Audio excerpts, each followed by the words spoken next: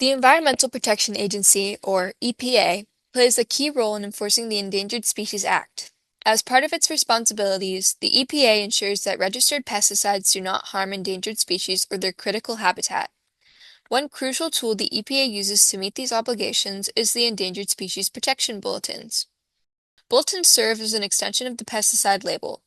Before using any pesticide, you must check the label to see whether you need to read and save a bulletin for your records. Look at the Directions for Use section on the label for the heading Endangered Species Protection Requirements. Check for language in the statements that says, an applicator must follow directions and restrictions contained in any applicable Endangered Species Protection Bulletin for the area where you are applying the product. You can find the bulletin at EPA's online tool called Bulletins Live 2 at www.epa.gov. Follow these steps. Step 1. Go to the Bulletins Live 2 website.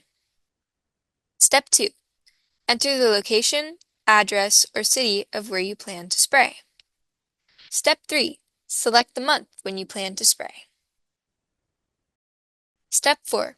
Enter the EPA pesticide registration number from the product label and select the correct product from the drop-down menu.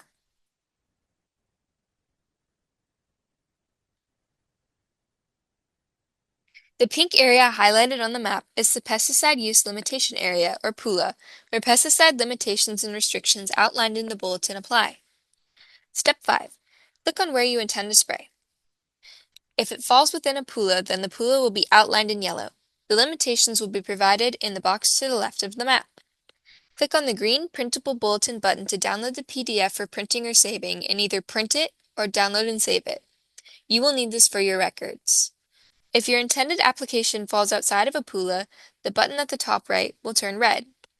You will still need to print and save a bulletin for your records.